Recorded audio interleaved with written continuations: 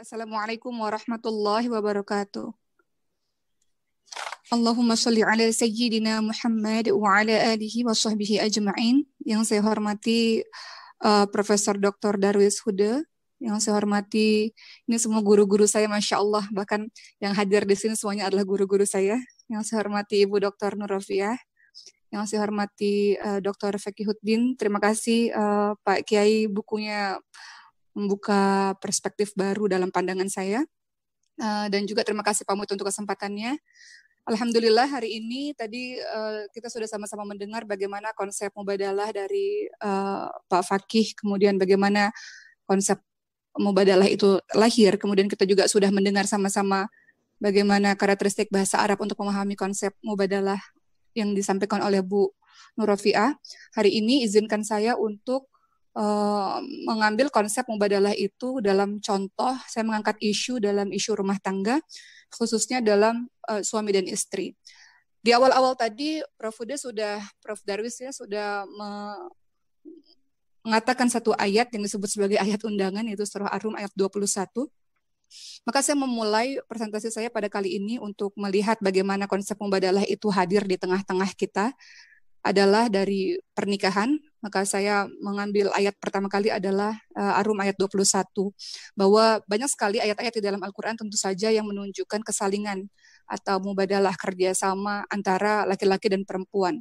Seperti yang kita ketahui bersama-sama teman-teman sekalian, bahwa semua orang ketika menikah, tujuan pernikahannya adalah litaskunu ilaiha wa ja'ala bainakum mawaddatan wa rahmah. Semua orang yang menikah ingin semuanya penuh dengan tantram, penuh dengan cinta, penuh dengan kasih sayang. Tapi tentu saja hal ini bisa terjadi kalau adanya konsep mubadalah di dalamnya. Maksudnya baik laki-laki dan perempuan, kedua-duanya ingin merasakan tantram, ingin merasakan cinta, ingin merasakan kasih sayang, tapi tentu saja harus diusahakan oleh keduanya. Dalam artian harus ada sesuatu yang dilakukan oleh laki-laki dan harus ada sesuatu yang dilakukan oleh perempuan. Bukan laki-laki sebagai superior, bukan perempuan sebagai inferior. Kedua-duanya memiliki tugas-tugas tertentu yang nanti akan saya coba jabarkan di sini, teman-teman sekalian. Maka untuk bisa mewujudkan konsep litaskunu ilaiha wa ja'ala bainakum mawaddatan wa rahmah tadi, sakinah mawaddah wa rahmah tadi, yang harus dilakukan tentunya ada kerjasama, adanya kesalingan di antara kedua belah pihak. Maka dari sekian banyak kesalingan yang ada di dalam Al-Quran, saya berusaha untuk membaginya menjadi 4 saja dari sekian banyak ayat-ayat yang bertebaran mengenai kesalingan apa saja yang harus dilakukan oleh suami dan istri untuk kita bisa lihat konsep mubadalah di dalamnya. Saya membaginya menjadi 4. Yang pertama adalah kesalingan dalam bantu-membantu dalam mencegah kebaikan dan kemungkaran. Kedua, kesalingan dalam menunaikan hak dan kewajiban. Dan yang ketiga, kesalingan dalam menghebatkan. Jadi bukan hanya laki-laki saja yang hebat, tapi juga perempuannya juga harus dihebatkan. Dan keempat adalah kesalingan dalam memupuk cinta dan terus bersama hingga menuju ke syurga Allah Subhanahu wa Ta'ala. Maka saya akan coba untuk menjabarkannya satu persatu, teman-teman sekalian, untuk melihat lebih jelas mengenai konsep kesalingan di dalam 4 poin yang saya jabarkan tadi. Yang pertama adalah untuk mewujudkan sakinah mawaddah warahmah harus ada kesalingan. Yang pertama, salingnya bantu-membantu dalam mencegah kebaikan dan kemungkaran.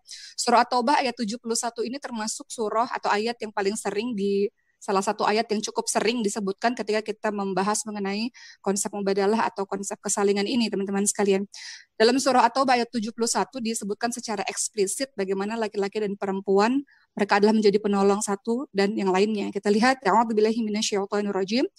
Wal mu'minuna wal mu'minatu ba'duhum awliya'u ba'd. Ya'muruna bil ma'ruf wa yanhauna 'anil munkar wa yuqimuna ash-shalah wa yu'tuna az-zakah wa yuti'una Allah wa rasulah.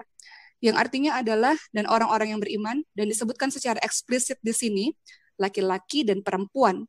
Sebagian mereka adalah menjadi penolong bagi sebagian yang lain. Ayat-ayat ini juga tadi sudah disebutkan kalau saya tak salah oleh Bu Nur Rofiah dan Pak Fakih, ayat atau ayat 71 yang menerangkan secara jelas bahwa laki-laki dan perempuan punya tugas yang sama, yakni adalah menjadi penolong satu dengan lainnya.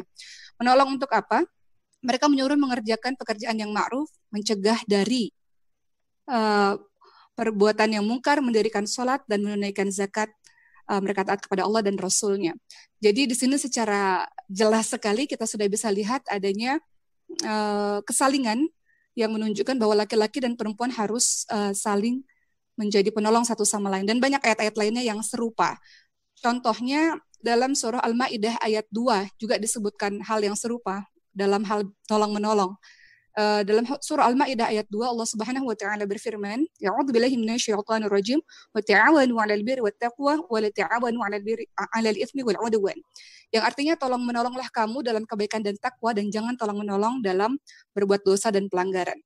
Jadi kalau kita lihat atau kita realisasikan dalam kehidupan sehari-hari dalam konsep rumah tangga, maka harus ada kesalingan untuk baik suami senantiasa mengingatkan istrinya untuk melakukan kebaikan dan mencegah kemungkaran, begitu pula sebaliknya. Hal sederhana, misalnya ini terjadi di zaman salafus saleh, bagaimana para istri-istri senantiasa mengatakan, wahai suami, kalau engkau pergi bekerja, silakan pergi bekerja, kami siap dengan kelaparan, tapi kami tidak siap dengan panasnya api neraka, misalnya itu. Jadi adanya tolong-menolong, adanya saling ingat mengingatkan suami pada istri kepada suami untuk mencari nafkah yang halal misalnya, atau saling mengingatkan antara suami dan juga istri. Dan kedua-duanya tentu harus menerima satu sama lain. Ketika istri mengingatkan suami maupun suami mengingatkan istri. Ini adanya konsep kesalingan di dalam menjalankan sebuah rumah tangga untuk mewujudkan sakinah mawaddah warahmah tersebut. Karena ternyata banyak sekali dalam masyarakat ketika suami merasa superior, maka ketika diingatkan oleh sang istri, maka tidak menerima. Ini akan khawatir akan jauh dari tujuan pernikahan sakinah mawaddah warahmah, karena balik kepada surah atau ayat 71 tadi harus adanya kesalingan untuk menjadi penolong satu sama lain, mengingatkan kebaikan dan mencegah kemungkaran. Tentu saja banyak sekali contoh-contohnya, misalnya dalam ayat yang lain, hunna libasul lakum wa antum libasul lahun. Ini juga adalah merupakan salah satu ayat kesalingan bagaimana saling menutup aib. Misalnya, walaupun libas pakaian dimaknai di ayat ini bukan hanya sekadar sebagai penutup kekurangan atau penutup aib, tapi juga untuk sebagai perhiasan satu sama lain. Tapi kalau kita mengerucut pengertiannya sebagai kesalingan untuk menutup aib satu sama lain, ini masuk ke dalam contoh bagaimana kesalingan dalam bantu-membantu untuk mencegah kemungkaran dan senantiasa mendorong untuk berbuat kebaikan. Baik istri dan suami saling menasihati satu sama lain, istri dan suami saling menerima apabila dinasihati, dan dengan perasaan yang tidak superior, tentu suami akan senantiasa mau menerima apa-apa yang disampaikan oleh istri. Begitu juga apabila istri merasa tidak inferior, pasti akan berani untuk mengatakan sesuatu untuk mengingatkan suaminya. Jadi di sini konsep mubadalah berlangsung, teman-teman sekalian. Kemudian yang kedua, dalam hubungan suami istri, laki-laki dan perempuan dalam bingkai rumah tangga, maka kesalingan yang juga harus dilakukan adalah kesalingan dalam menunaikan hak dan kewajiban. Membicarakan mengenai mubadalah ini, pasti sering juga kita akan mendengar surah An-Nisa ayat 34 yang menyatakan mengenai apa-apa saja tugas laki-laki dan apa-apa saja tugas perempuan. Mari kita lihat dalam surah An-Nisa 34 ayat yang cukup masyhur ya kalau membahas mengenai peranan laki-laki dan perempuan. Allah Subhanahu wa taala berfirman, A'udzu billahi minasyaitonir rajim. Ar-rijalu qawwamuna 'alan nisa'i bima faddalallahu ba'dahum 'ala ba'd wa bima anfaqu min amwalihim. Kemudian dilanjutkan ayat tersebut dengan peran dari perempuan, fas-solihatu qanitatun hafizatu lil ghaibi bima hafizallah. Kita lihat artinya dulu teman-teman sekalian, bahwa di sini arti atau terjemahan dari surah An-Nisa ayat 34 yang kemudian nanti kita akan bahas semampu saya, sahabat-sahabat sekalian, dengan referensi yang saya dapatkan, bahwa arti dari ayat yang masyhur ini adalah kaum laki-laki adalah pemimpin bagi kaum wanita. Nanti kita akan lihat pemimpin yang seperti apa. Karena Allah telah melebihkan sebagian laki-laki atas sebagian wanita, dan karena laki-laki menafkahkan sebagian harta mereka. Kemudian kita lihat di ayat berikutnya mengenai bagaimana tugas dari seorang perempuan. Sebab itu wanita yang salihah atau wanita yang salih adalah yang taat kepada Allah Subhanahu wa taala dan memelihara diri ketika suaminya tidak ada, karena Allah Subhanahu wa taala memelihara mereka. Jadi kita lihat teman-teman sekalian, pada poin kedua ini, yaitu kesalingan dalam menunaikan hak dan kewajiban, ar-rijalu qawwamuna 'alan nisa adalah menunjukkan mengenai bagaimana seorang laki-laki memiliki tanggung jawab untuk salah satunya adalah untuk menafkahi istrinya. Kenapa?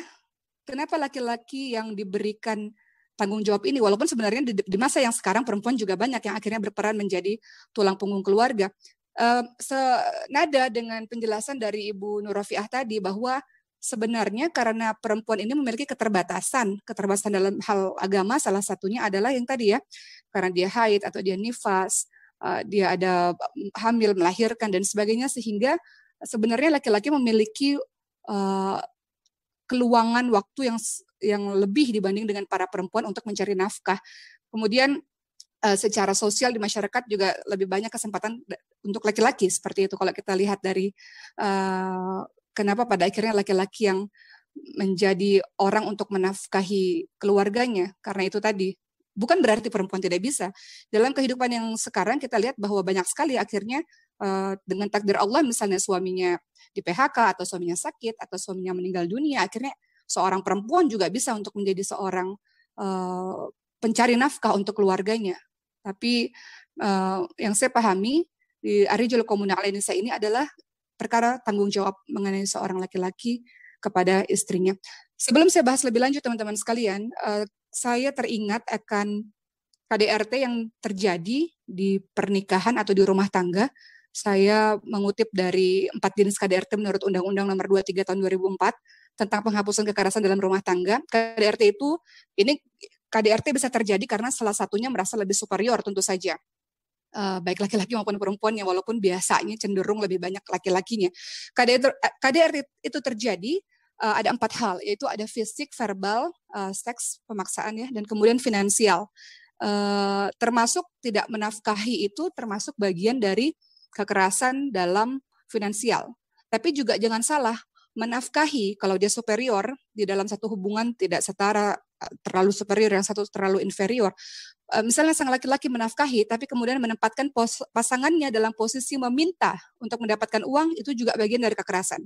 Atau pasangannya atau sang laki-laki memberikan istri gaji, dan istrinya diperlakukan seperti orang gajian, itu juga bagian dari kekerasan dalam rumah tangga. Sehingga kalau terjadi hal-hal seperti ini, apa yang terjadi dalam sebuah rumah tangga, teman-teman sekalian, pasangan akan bergantung secara berlebih-lebihan, dan pasangan dalam hal ini istri tidak berdaya karena dibatasi, dan kemudian terjadilah direndahkan harga dirinya terkait dengan keuangan. Itu banyak juga terjadi dalam kehidupan rumah tangga kalau sang laki-lakinya atau salah satunya superior. Artinya tidak menerapkan prinsip atau konsep kesalingan dalam rumah tangga mereka. Jadi sebenarnya teman-teman sekalian, untuk mencari nafkah ini sendiri, sebenarnya ini jadi lebih fleksibel. Apalagi di masa yang sekarang yang saya katakan ya. Karena di masa lalu juga pernah terjadi seperti itu. Kita lihat Ibnu Mas'ud radhiyallahu anhu, yang mencari nafkah adalah istrinya, karena satu hal sehingga membuat sang istri mencari nafkah. Kemudian hal ini diadukan kepada Rasulullah. Ini hadis yang masyhur yang saya yakin teman-teman juga sudah semuanya mengetahui tentang hadis ini. Bagaimana ketika Rasulullah mendengar dari Zainab, ya kalau saya tak salah nama istri dari Ibnu Mas'ud, ketika istrinya yang menjadi pencari nafkah karena satu dan lain hal yang terjadi pada suaminya. Kemudian Rasul memuji perilaku ini dengan ia telah mendapatkan 2 pahala, yaitu pahala sedekah dan pahala silaturahim atau pahala memberikan nafkah kepada keluarga. Jadi kalau kita merujuk kepada hadis yang ini dilihat dalam relevansinya dalam kehidupan yang sekarang, bahwa banyak juga kok wanita-wanita yang akhirnya menjadi pencari nafkah atau yang menjadi tulang punggung keluarga karena satu dan lain hal. Yang salah satunya tadi karena suami di PHK atau suami sakit atau suami meninggal dunia. Jadi ini bersifat fleksibel teman-teman sekalian. Jadi saling menguatkan dalam hak dan kewajiban maknanya adalah saling mengisi dan menguatkan dalam mengemban tugas. Termasuk hak dan kewajiban suami istri yang harus dipenuhi adalah pemenuhan kebutuhan biologis. Kita sering sekali mendengar di ceramah-ceramah, biasanya saya juga sering dengar teman-teman mengatakan, mohon izin saya mengucapkan hadis ini atau kalimat ini, kalau perempuan tidak melayani suaminya akan dilaknat malaikat semalaman, biasanya begitu kan. Jadi mau keadaan apapun perempuan harus, apalagi ini sering dijadikan ayat yang sering dijadikan sering dijadikan kunci untuk para suami, kamu nggak akan masuk surga atau dilaknat malaikat kalau nggak memenuhi kebutuhan saya. Biasanya dijadikan dalil untuk menakut-nakuti istri atau menakut-nakuti para perempuan untuk menjadikan perempuan tersebut bisa dikatakan sebagai tidak solihah atau dilaknat ketika tidak mau melayani suaminya.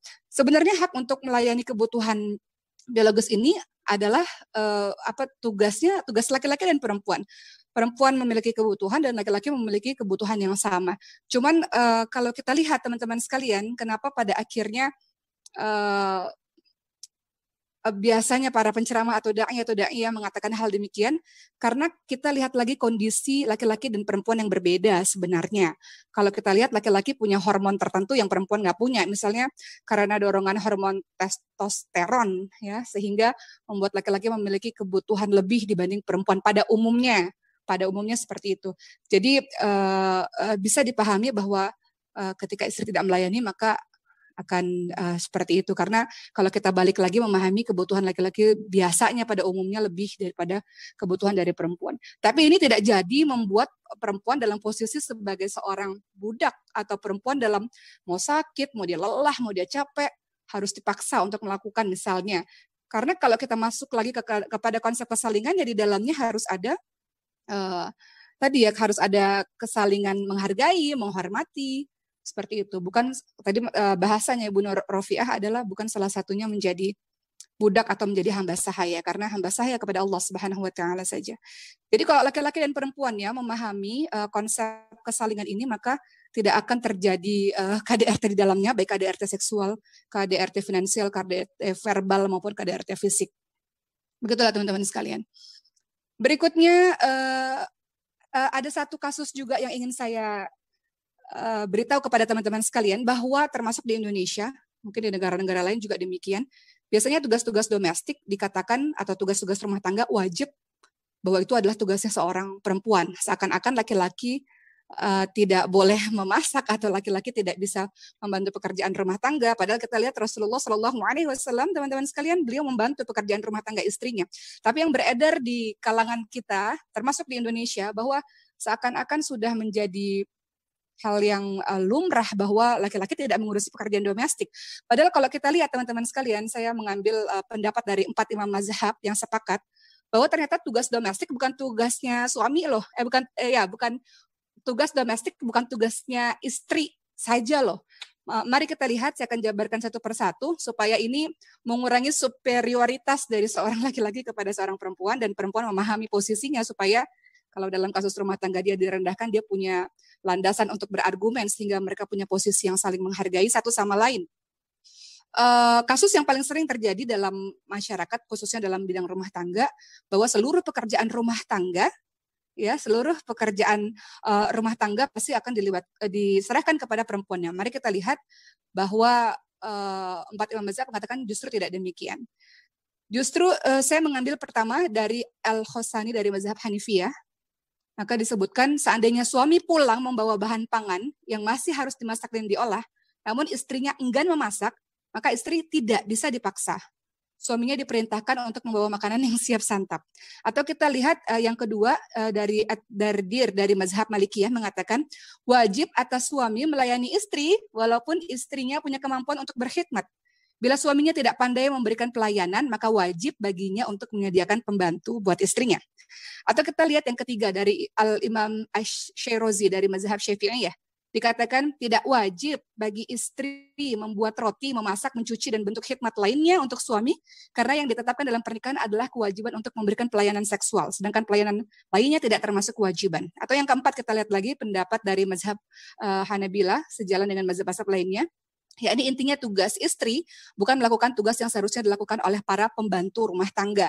Yang sering terjadi dalam kehidupan kita, teman-teman sekalian, dengan superioritas dari seorang laki-laki menjadikan istrinya pembantu rumah tangga. Maka di sini kita bisa lihat bahwa jumhur ulama yang saya sebutkan di atas tadi, justru suami malah wajib mengerjakan pekerjaan rumah sebisa mungkin. Dan tentu saja istri dalam hal ini membantu suaminya, bukan menjadi penanggung jawab utama. Tapi tentu istri yang solihah paham tadi konsep kesalingan tadi, bahwa ketika suaminya sudah sibuk bekerja mencari nafkah di luar, maka dia akan membantu pekerjaan suaminya di rumah. Jadi kita lihat konsep kesalingan, laki-laki dan perempuan paham mengenai hal ini, maka insya Allah akan terjadi sakinah mawaddah warahmah tadi. Poin yang ketiga yang ingin saya bahas adalah kesalingan yang harus dilakukan dan sering dilupakan oleh sebagian orang dalam prakteknya dalam berumah tangga adalah kesalingan menghebatkan. Kalau boleh saya sharing sedikit, berbagi cerita personal, Dulu waktu gadis setiap kali ceramah saya selalu bilang pada jemaah, tolong doakan ya, saya ini sekarang seperti sayap merpati, seperti burung merpati yang punya satu sayap, yang nggak bisa terbang tinggi. Tapi kalau seandainya menikah, mudah-mudahan sayapnya menjadi lengkap sehingga bisa terbang lebih tinggi lagi. Maknanya kebermanfaatannya lebih banyak lagi ketika menikah.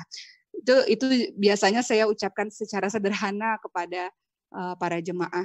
Jadi teman-teman sekalian, dengan adanya konsep kesalingan, perempuan menghebatkan laki-lakinya dan laki-laki menghebatkan perempuannya. Bukan justru ketika menikah perempuannya semakin tidak berdaya, semakin tidak dilejitkan potensinya, bukan seperti itu.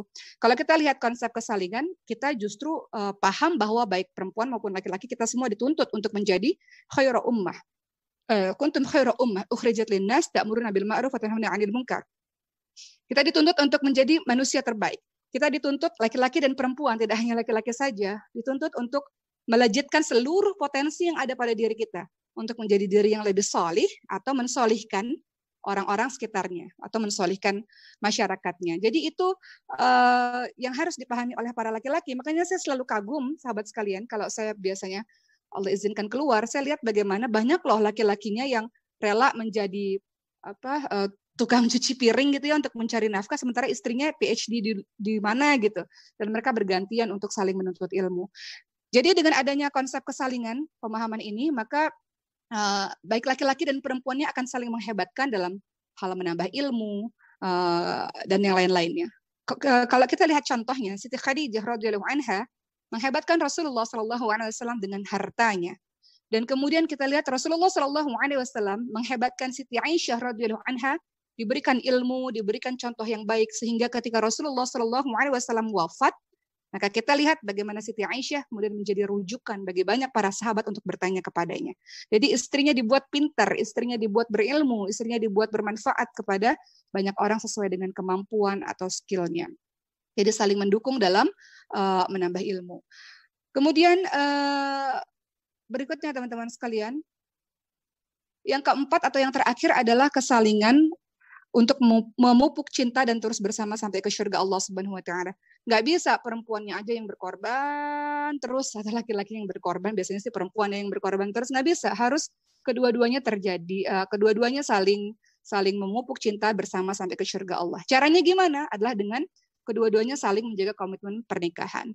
Atau dalam surah An-Nisa ayat 19, jadi ada ayat-ayat yang memang eksplisit, ada ayat-ayat yang memang implisit yang sebenarnya menunjukkan itu dilakukan oleh laki-laki dan perempuan.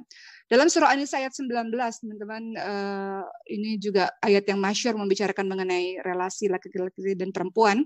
A'udzubillahi minasyaitonir rajim, wa'ashiruhunna bil ma'ruf.